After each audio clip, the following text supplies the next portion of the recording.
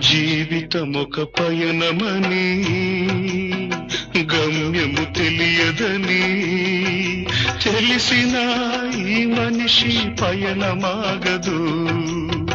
జననం ధర్మమని మరణం కర్మమని తెలిసిన జనన మరణ చక్రమాగదు.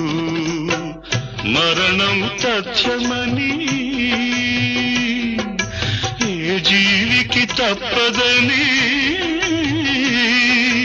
తెలిసిన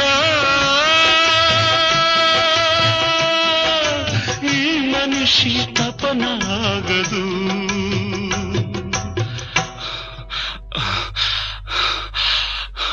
ఈ బ్రతుకు తపనాగదు. ఆగదు ఏ నిమిషము నీ కోసం